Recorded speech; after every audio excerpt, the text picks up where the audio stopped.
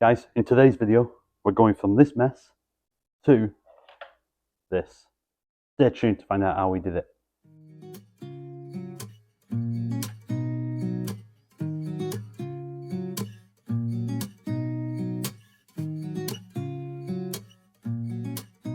So back on top of the layout then. First thing to do is to clear this clear top, which I've done, apart from this last logo. I love this logo. It's my Batman logo. I'll get rid of that. And then let's lift up the board to see the mess underneath. Hopefully that'll stand there on its own.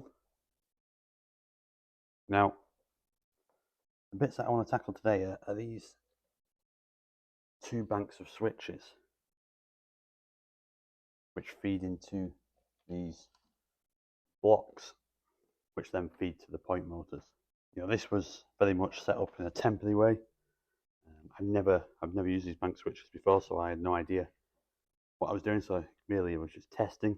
But now now that I know that they're working in this way, and I've got the layout exactly as I want it, I've got the point motors in the right places, etc. And now I want to start thinking about, you know, what this looks like long term.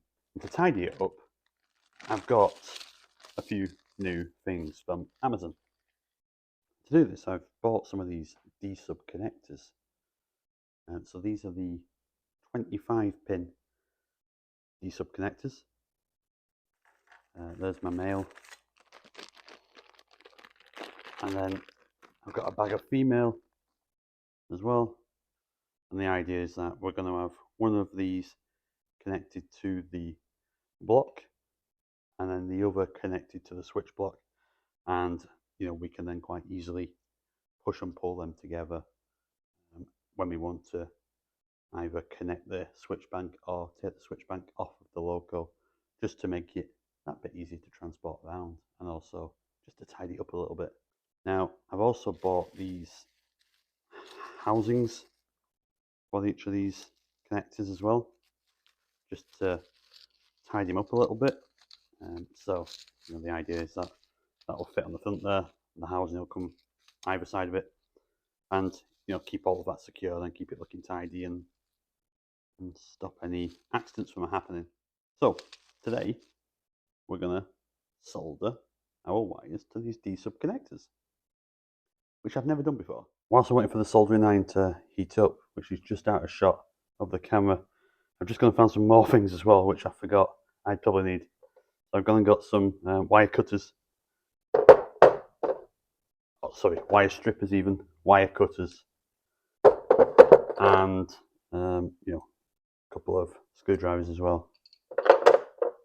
I've also gone and just found something to apply flux to the connector. You know, they're really small, the things that we're working with here, so just something to put a little bit of flux on there so that I can tin those wires easily, which obviously makes soldering the wires to the connector a lot easier too.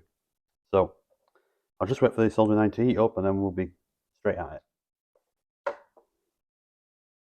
So guys, on this connector we've got 9 pins to wire up. So that's pins 1 to 9 as per the wiring guide.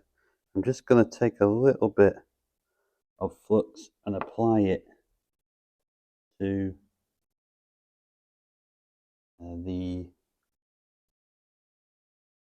pin, like so. Soldering iron is now hot enough. I've just got a bit of solder on the top there, on the hot bit. Let's just see if we can do this. Right, there we go. There's our first one done. So I've just put enough solder on that first pin in it so that we can drop our wire on there when we get around to it. I think what I'm going to do is I'm going to do 13 pins.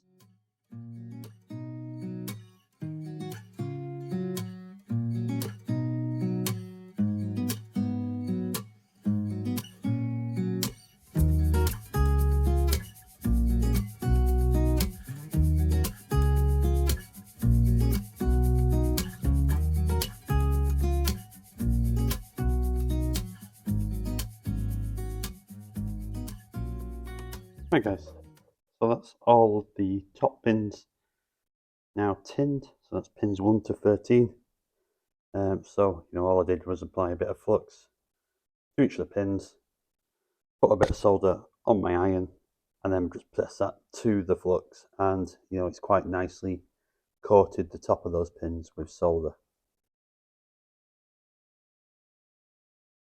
In terms of solder and iron nib, I'm using the flathead. I do have some pinhead ones, if that's what you call them.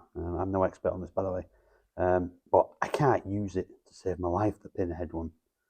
So this is the one that I've used for all my wiring so far. It's the one I'm confident with, because you've got to be confident when you're soldering. Right guys, so the next step now is to actually attach our wires to the connector. So I'm going to carefully splinter. I'm going to carefully take them. How ironic! I'm going to carefully take them out of the switch box and one by one attach them to the connectors. So let's do the positive first on this point. This is point 9. Just slide that one out.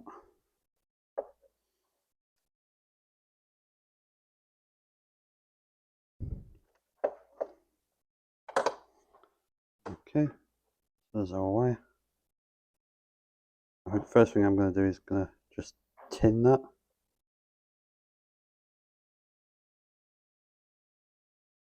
So I'm just going to push it into my flux.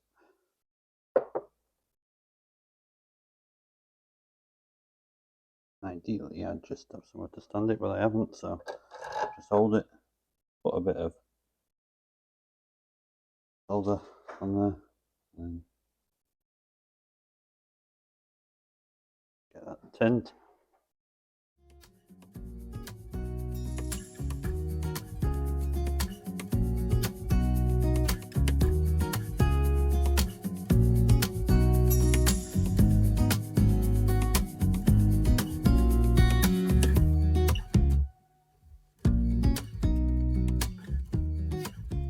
Well guys, that's been a real success. So now what we're doing is we're actually going to do it for the other 3 switches. So here I'm doing exactly the same thing, getting my heat shrink over my wire, connecting my wire to the pin, and then shrinking that with the heat shrink with the heat gun.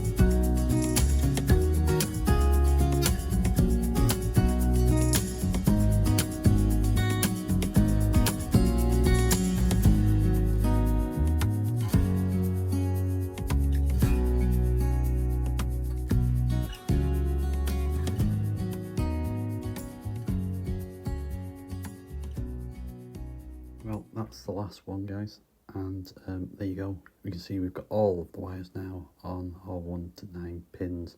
I've got a wire. We've covered each of the wires with heat shrink to stop them touching each other at the top there, and obviously we've used a heat gun to make sure that that wrap is on there tightly. I'm just going to give that a bit of a check, make sure that they're all on there tight.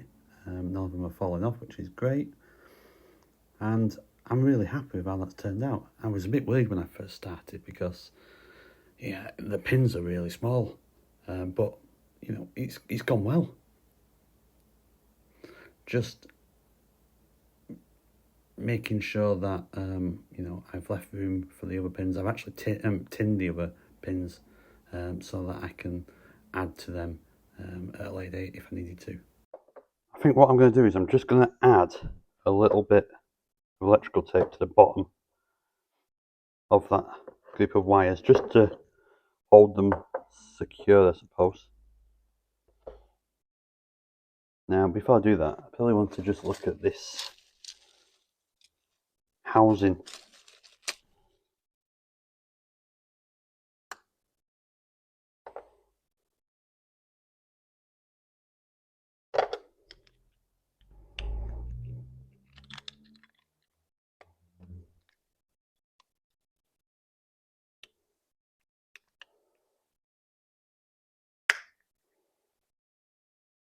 Yeah, so that's the housing on there, like that. I just want to put something. I was going to put this heat shrink in there. To be honest, I might do that. Second thoughts, guys. That actually might be a bit too big. A bit of heat shrink. So we'll go back to the electrical tape idea. And that should hold it nice and secure.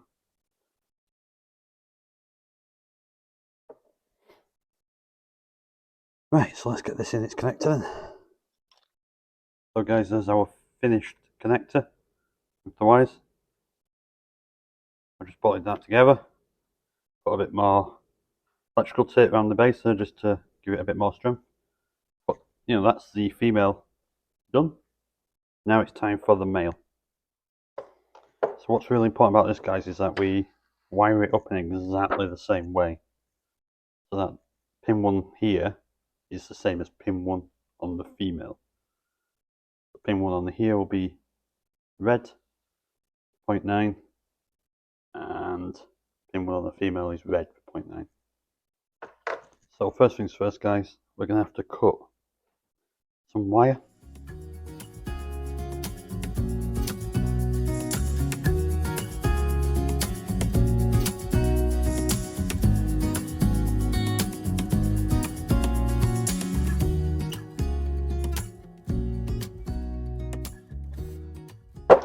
That's that black wire done. Right, next steps now is to tin those.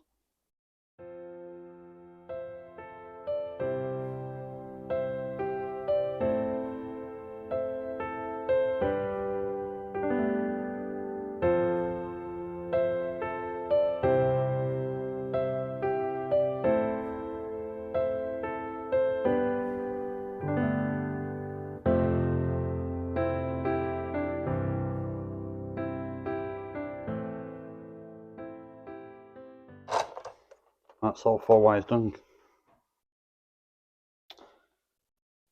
So the next step now is to attach them.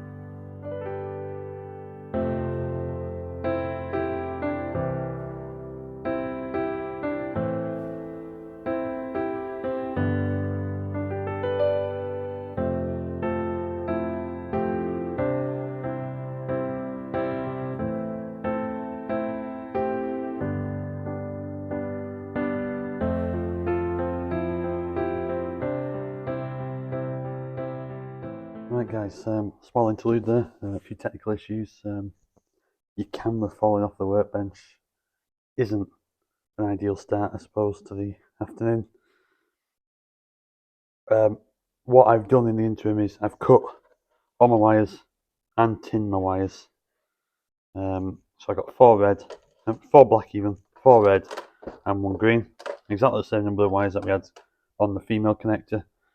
I've also tinned each of the pins now on the top there, and now all we need to do is refer back to our wiring guide and make sure we get the right wires on the right pin. So that's what I'm going to do now. Now you've got to be careful with the heat gun, as I found out earlier this afternoon, because it is generating enough heat to actually melt the solder. So I'd advise not to put it on the top setting and keep it some distance away from your soldering. You know, it doesn't help that all of this actually heats up and retains its heat for some time as well. So the best thing to do is not to have it too hot. Heat it from some distance and don't touch any of your wires until you're confident that it's, you know, the heat shrink's cooled down, but also the actual connectors cooled down as well.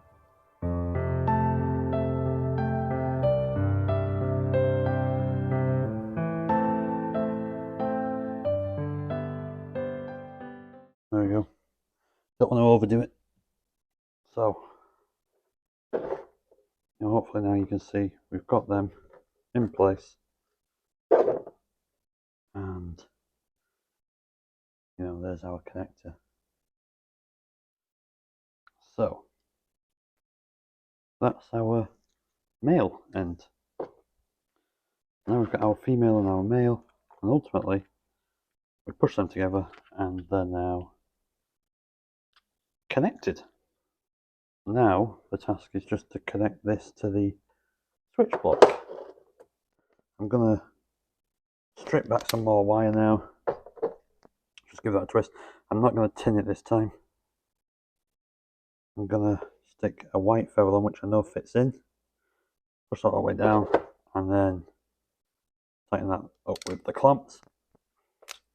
And that way we now still get a nice connection that's strong, and ultimately that actually fits in, which is really positive.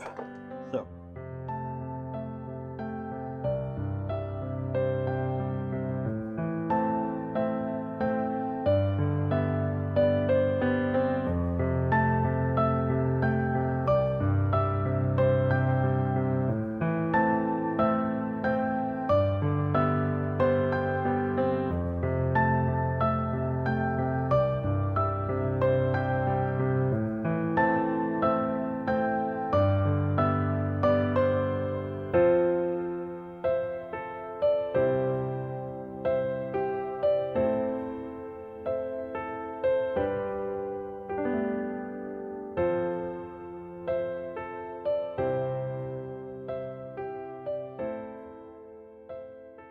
okay, right, there's all our wires now connected. Give them a tug, they're all good. And there's our connector on the end. So I'm going to put the case back on the connector now and tidy up a little bit and see if it works. Come back to the baseboard just to tidy up the length of these wires from that connector block there, so that they're all the same length. So I didn't need to take that off this time. To do that, I could take them off obviously at that end and cut them to that end there and cut them to the appropriate length. So I've now got them all nice and tidy. I think the next bit now is to get some sort of cable tidy wrap around those, or just tape them. Yeah, guys, so I decided just to tape it. Right, guys, well, a couple of days have passed now, and it's fair to say that it's got a little bit colder here in the room. What we've done is we've clearly now got it so that our switch block now has that connector attached, and that works great. But as you can probably see, we've still got two wires left that currently are fixed. So you know, the other end of these wires, this black and red wire, are connected to the CDU that, you know, that sits under the board. And ideally, I want to make it so that we can disconnect those wires as well and clip them to, you know, push and pull them apart as and when we want to take this off, so that we can more easily transport it. To do that, I've got some of these little connectors. So 2-wire connectors, and they do exactly what I need to do. You know, so they're basically, he says confidently, basically you push them together, and you know that makes a connection, and then obviously pull them apart, and you know, away you go. So where we are, guys, now. They should now just clip together like so, which they've done, and ultimately unclip quite easily. That's that connected. That's the D subconnected, and there you go. As you can see here, we now have movement. Guys, as always, if you enjoyed the content, give it a nice thumbs up, and if you haven't done so already, please do subscribe. It really makes a difference. And that's it, guys. Thanks for watching. Thanks for spending some time with me today, and I'll see you in the next video. But until then, keep those trains on the tracks. Bye, guys.